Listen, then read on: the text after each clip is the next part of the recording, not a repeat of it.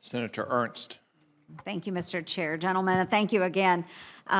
Again, Secretary Mattis had committed to me during his confirmation hearing that he would work with us to modernize our small arms.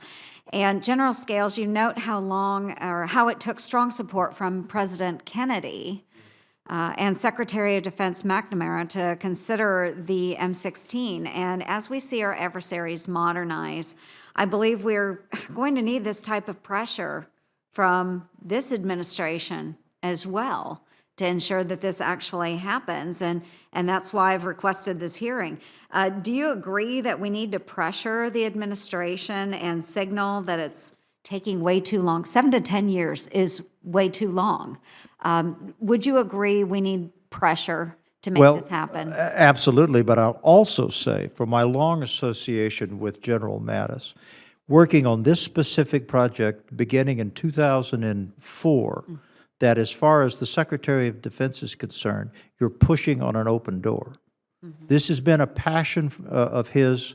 I remember a quick war story. In 2004, we started off on what was called the National Program for Small Unit Excellence when he was commander of McCittick, Marine Corps Development Command, and later Joint Forces Command. And Secretary Mattis is passionate about this because he remembers the Second Battle of Fallujah and several Marines that were killed by, needlessly killed by suicide bombers who couldn't be stopped with the M4. And he has that, I believe, embedded in his brain. So I believe that the best advocate for this is going to be the man at the top. That's why this hearing is so important, to let him know that Congress is behind him, that you understand the nature of the problem, and that you hopefully will be able to give him the support he needs to press forward with this. Now, having said that, there are a lot of people in OSD that would rather make anti-ballistic missiles and supersonic aircraft than rifles. Lockheed Martin does not have a rifle division in their corporation.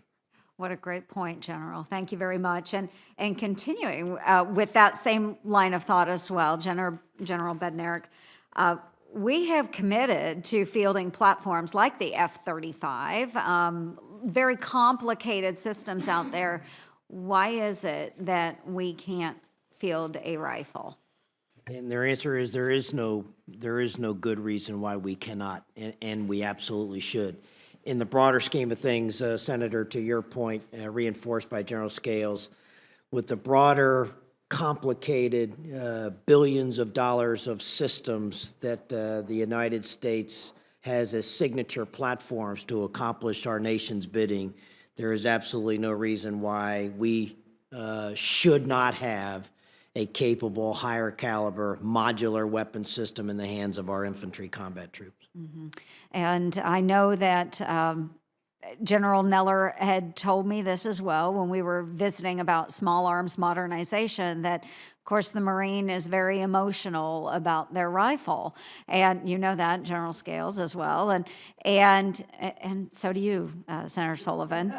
You understand that, but and for our war fighters like Senator Cotton, you know, we need the best available small arms for our infantrymen.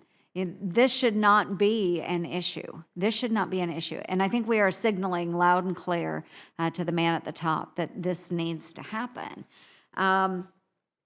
Now, General Bednarek, you also say in your opening statement that troops and their individual weapons are a system of systems, and that they are designed with one purpose, to close with and defeat our adversaries, and they must be lethal. So do you believe the answer to a more lethal weapon system is a commercial off-the-shelf product, as we've discussed earlier, or something that maybe we should have industry specifically develop? Senator, thank you for the question. And again, I think a COTS system, a commercial off-the-shelf, certainly is one course of action, as General Scales highlighted, and he and I talked about this before.